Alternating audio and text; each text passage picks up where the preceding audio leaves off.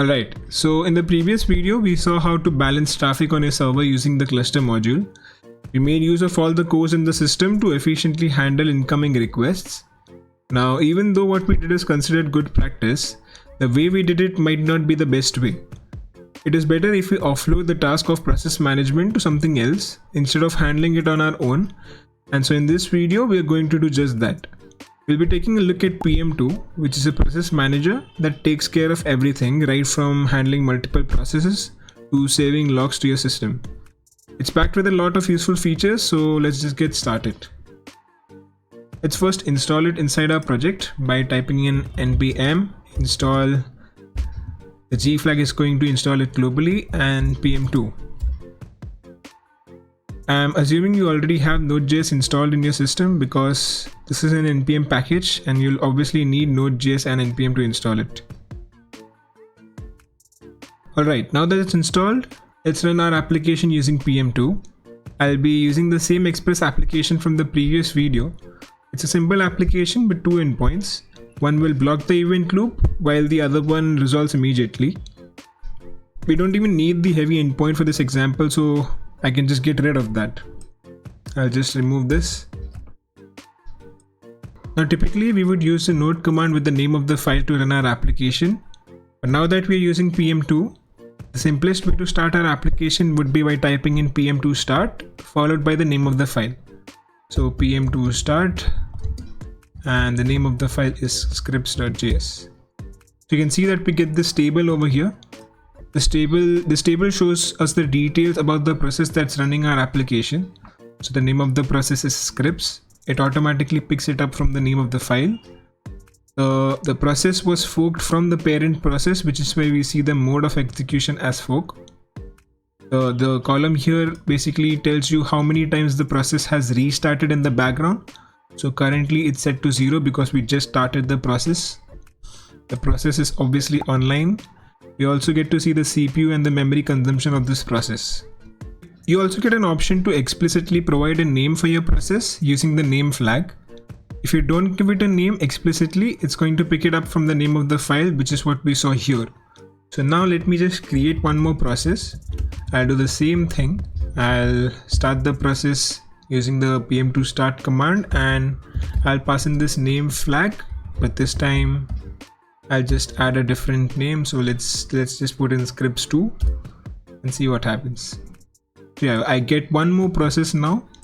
The name of the process is different. The name is scripts2, which is what we explicitly provided. Alright, so now I'll just open up Postman and make a request to this light endpoint to see if this process is actually working or not. Okay, so let's make a request to the light endpoint and see what happens here. So I get the response, so that means my application is working as expected. Alright, so at any given point, you can view the status of your process by typing in the status command. So PM2 status. You can see that the scripts2 process has gone through an error. It has restarted 15 times.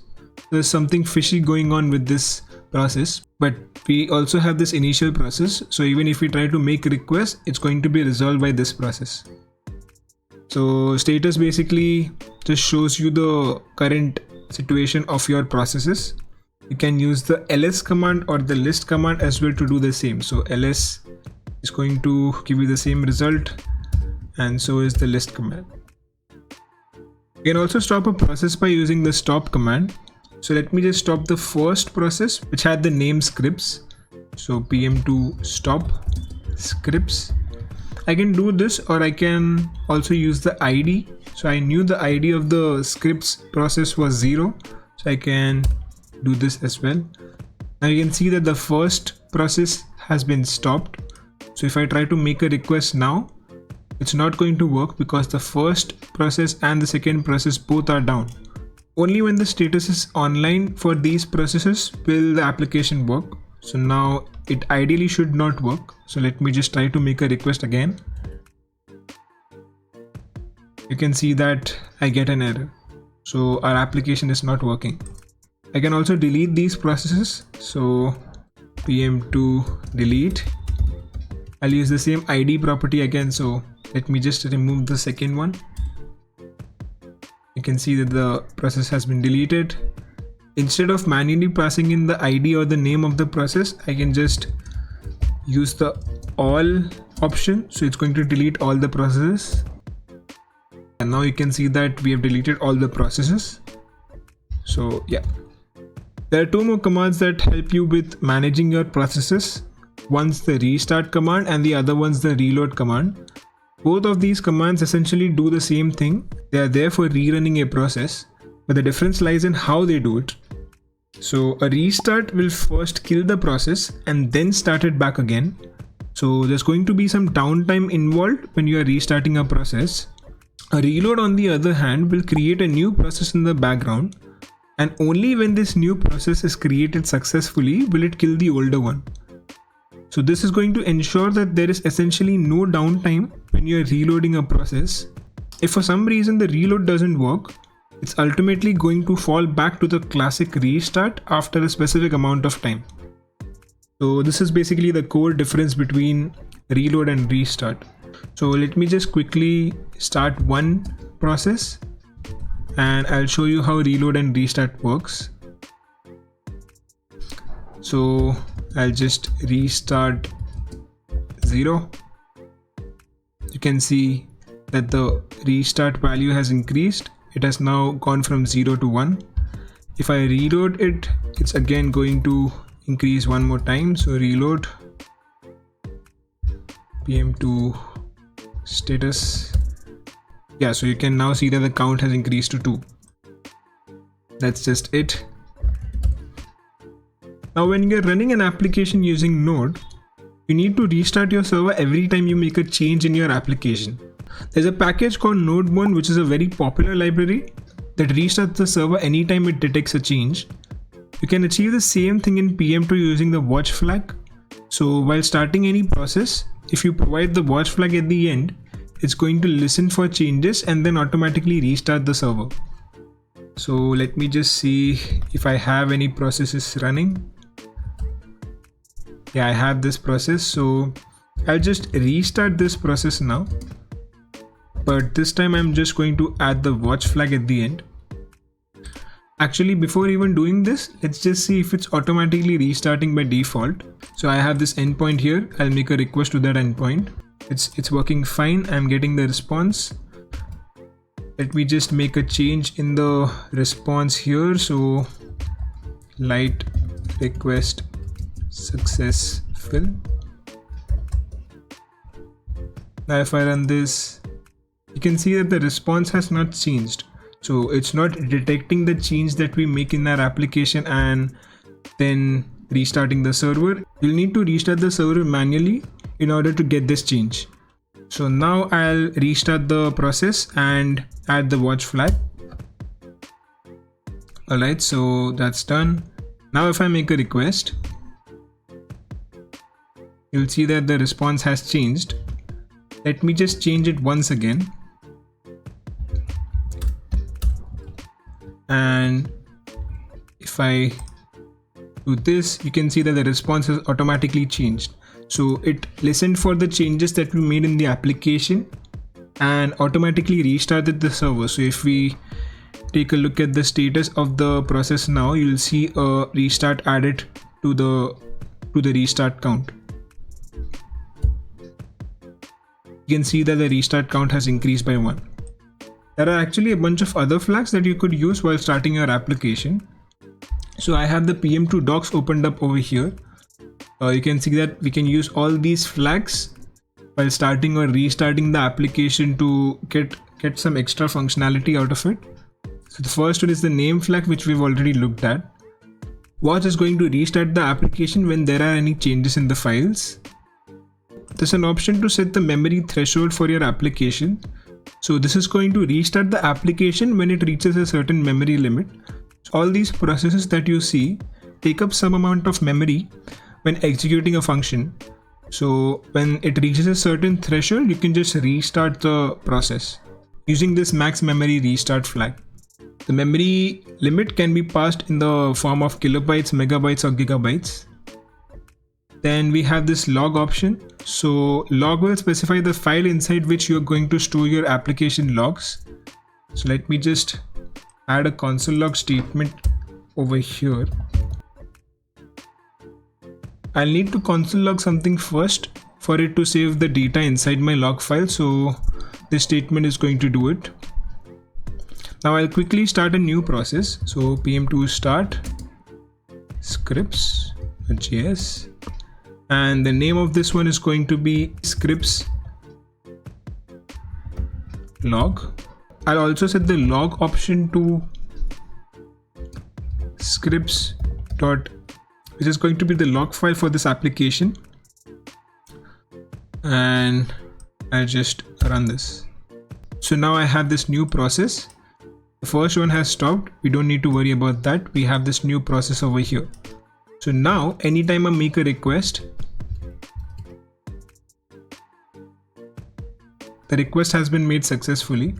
I'll go back to my application and look for a file called scripts.txt, which is what we can see over here. And you can see that we get the log message, light request triggered from this endpoint over here. So this is what the log flag does. It's going to create a log file, and anytime you console log a statement inside your application, it's going to store that log inside this log file. We have this restart delay option, so you can add a certain amount of delay between the automatic restarts that happen in the background. We also have this time flag, so when we basically create a process, we can add this time flag, which is going to timestamp all the console log statements inside the log file. So let me just delete all the processes. We'll do a fresh thing here. I'll try to create a similar process to the last one, but this time I'm just going to add the time flag. Now, when I make a request to the endpoint, and if I open up my log file, you'll see the timestamp attached at the beginning. We also have no auto restart option, so if you don't want auto restarts for your application, you can use this. This makes sense when you want to execute one-time scripts and don't want the process manager to restart the script after it's finished running. There's also a cron flag over here. This will restart the process based on the cron expression interval that you add. I have a separate video explaining cron expressions in detail, so you can check it out if you want to know more about it. There's a no daemon flag. This flag will not demonize your PM2 process, so instead of running it in the background, you'll now see all your logs and events in the console itself, just like you would have in case of a typical node execution. So if I restart this process, I'll just use the ID and pass in no daemon. Now it's not running in the background, it's running right over here. So if I make a request now, you'll see the log on this terminal.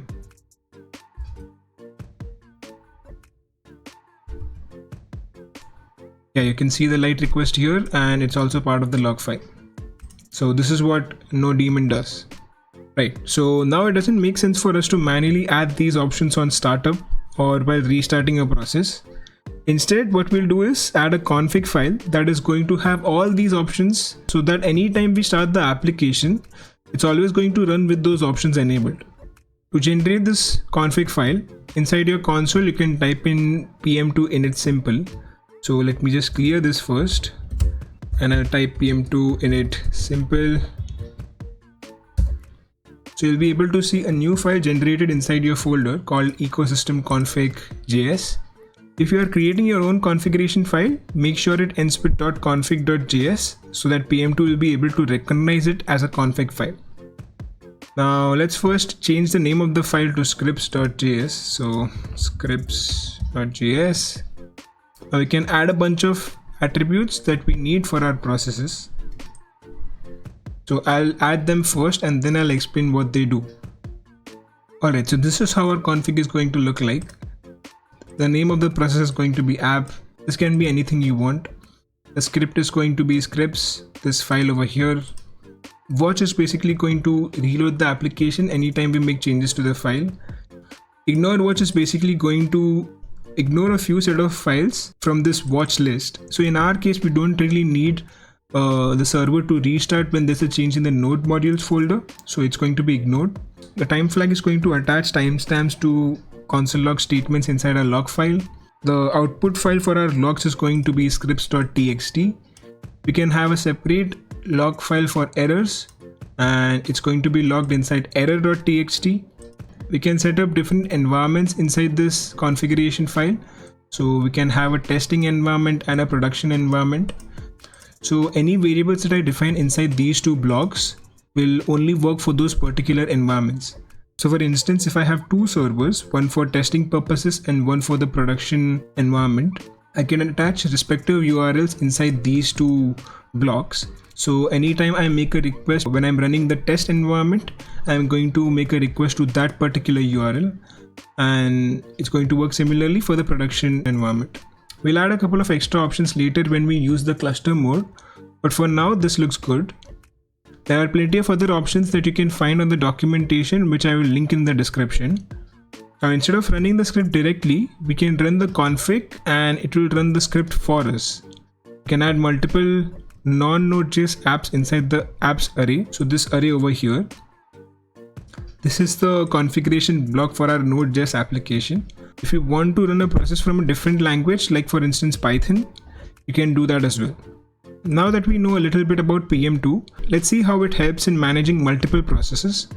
So in the previous video, when we were working with cluster module, we had to manually check for the number of CPUs or cores present in the system.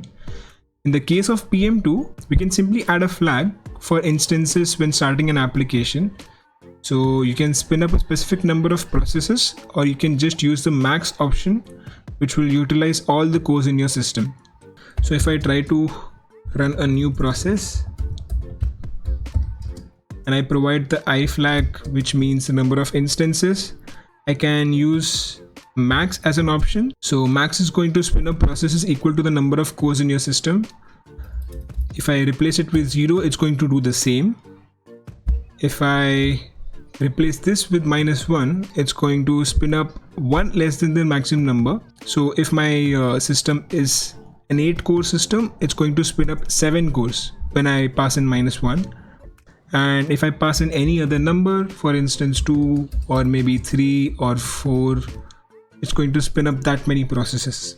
So instead of doing this, we can again pass it inside our configuration. So I'll just add instances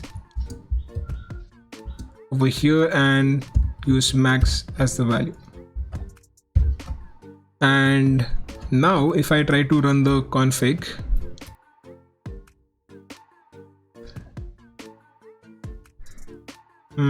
I'm only able to see one process here. Oh, I haven't saved the configuration, so let me just delete everything and do this once again.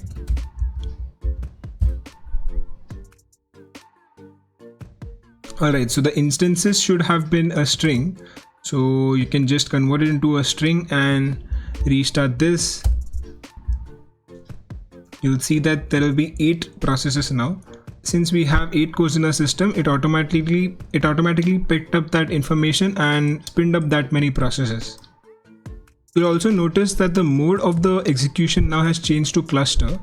So previously when we were running a single process, the mode was set to fork. When you run multiple processes, it automatically switches to the cluster mode. You ideally should also add the mode as part of your config, so I'll do that as well. The name of the config is exec mode and I'll set it to cluster. Yeah, so this is done. Okay, so we have been using the status or the list command to monitor our processes, but there's a better, more real-time option just for that. It's the monit option. So let me just use that first and see what we get. Yeah, so you can see a more advanced dashboard over here. You can see all the processes and the information related to them, the memory consumption of each of these processes, the heap size, heap usage, how many restarts the processes have gone through, the total uptime of this application. All the information is present right in this dashboard. So now what I'll do is I'll run a load test on this application and see if these values change or not. So let me just open up one more terminal.